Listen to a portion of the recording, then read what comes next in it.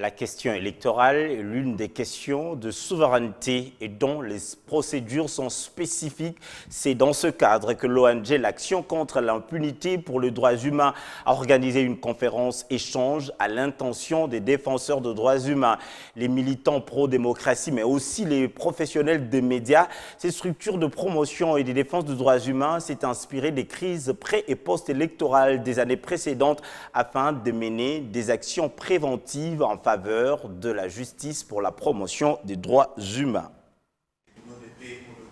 Dans les soucis de contribuer à la bonne administration de la justice, l'ACIDH s'engage à la sensibilisation des défenseurs de droits humains, des militants pro-démocratie, mais aussi les professionnels de médias sur les entorses au droit à un procès équitable avant, pendant et après les élections de 2023. Cette ONG de promotion et de défense des droits humains s'est inspirée des crises préélectorales des années précédentes où le comportement de certains acteurs politiques au pouvoir démontrait à suffisance la volonté de ne pas respecter certaines dispositions. Une matière à réflexion qui implique le respect d'un procès équitable.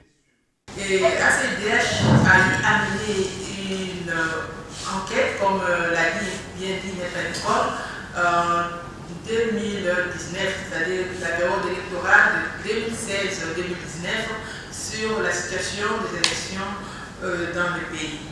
Nous sommes à notre quatrième cycle électoral. ACDH s'est résolu de mener ses activités de sensibilisation et aussi de plaidoyer, de sensibilisation vers la population, les journalistes, les partis politiques.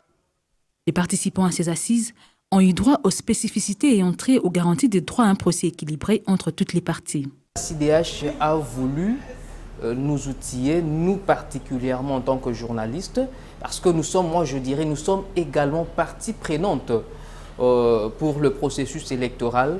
Alors nous devons savoir quelles sont les entorses, parce que nous sommes appelés à collecter, traiter et diffuser les informations concernant les élections.